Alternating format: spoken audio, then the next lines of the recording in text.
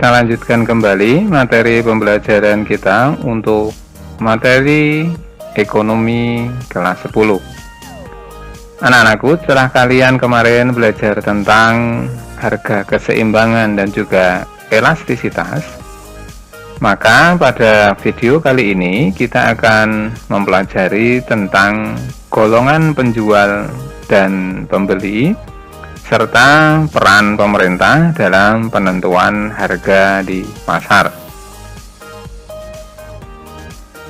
Pada video sebelumnya tentang penentuan harga pasar atau equilibrium, coba kalian ingat kembali, kemarin kita belajar tentang grafik keseimbangan pasar seperti pada gambar berikut ini. Nah, E ini adalah harga pasar atau disebut dengan equilibrium, dan tingkat harga sebesar PE serta jumlah barang yang diminta dan diperjualbelikan di pasar sejumlah QE. Nah, apabila kita perhatikan kembali di dalam grafik atau kurva ini akan ada beberapa pembagian yang bisa kita bedakan seperti pada gambar berikut. Pada tingkat harga pasar, baik pembeli atau penjual bersepakat untuk membeli atau menjual sejumlah barang pada tingkat harga tertentu. Mudahnya, misalnya ada harga jeruk untuk 1 kg diperjualbelikan di harga Rp5.000.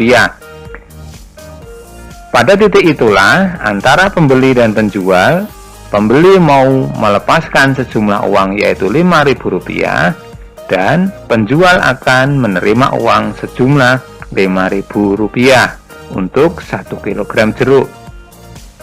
Nah, pada titik itulah di mana pembeli atau penjual disebut pembeli dan atau penjual marginal. Akan tetapi ternyata ada baik pembeli atau penjual yang akan membeli atau menjual di atas harga pasar, yaitu misalkan harga jeruk seharga Rp8.000. Maka kalau pembeli mau membeli dengan harga Rp8.000 tadi, maka disebut sebagai pembeli super marginal. Sedangkan penjual yang hanya mampu menjual jeruk seharga Rp8.000 tadi disebut sebagai penjual submarginal. Bidang segitiga yang berwarna kemerahan oranye ini atau pink ini disebut sebagai surplus konsumen. Kenapa? Di bidang inilah adalah banyaknya konsumen yang mampu membeli jeruk di atas harga pasar, yaitu di atas harga Rp5.000. Untuk selanjutnya pada bidang di bawahnya yaitu disebut sebagai penjual supermarginal atau pembeli submarginal. Kenapa demikian? Karena di bawah harga pasar yaitu Rp5.000, ternyata ada penjual yang mampu menjual jeruk di bawah harga Rp5.000. Nah, pembeli yang tidak mampu membeli pada harga pasar, di mana tingkat daya belinya lebih rendah dari harga pasar yaitu Rp5.000, disebut sebagai pembeli submarginal. Maka bidang segitiga ini adalah disebut sebagai surplus produsen. Kenapa dikatakan surplus produsen? Karena produsen mampu menjual di bawah harga pasar. Selanjutnya, peranan pemerintah dalam pembentukan harga diantaranya yang pertama adalah penetapan HET, yaitu harga eceran tertinggi atau harga eceran terendah. Penentuan harga eceran tertinggi dimaksudkan untuk memberikan proteksi atau perlindungan kepada konsumen, sehingga konsumen akan membayar terhadap produk-produk tertentu berdasar penetapan HET yang ditetapkan oleh pemerintah. Sebagai sebuah contoh, ada sebuah produk obat yang sering ditulis di bawahnya yaitu HET seharga sekian rupiah. Kemudian untuk harga eceran terendah biasanya digunakan oleh pemerintah untuk melindungi produsen.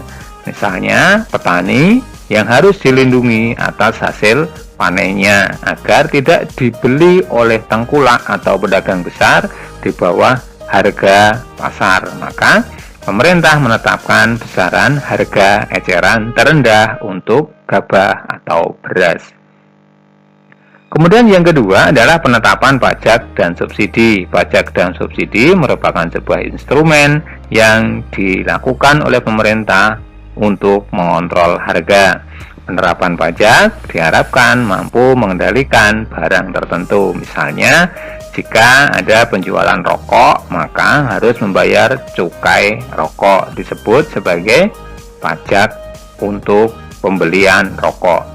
Setiap kita membeli barang misalnya di toko, maka kita harus membayar yang namanya PPN. PPN adalah pajak pertambahan nilai yang besarnya sebesar 10% dari harga produk tadi. Namun di sisi lain, pemerintah juga memberikan bantuan yang berupa subsidi.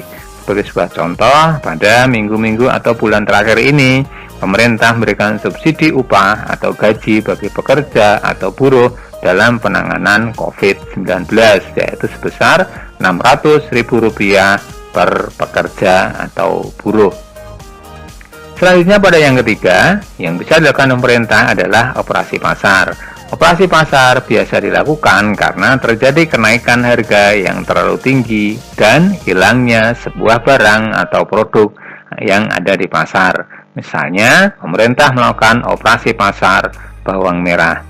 Nah, operasi pasar ini biasanya dilakukan oleh sebuah lembaga atau sebuah badan dari pemerintah yang disebut sebagai Badan Urusan Logistik atau Bulog. Pembelajaran kita kali ini dan akan kita lanjutkan pada video berikutnya. Terima kasih atas perhatiannya. Jumpa lagi pada video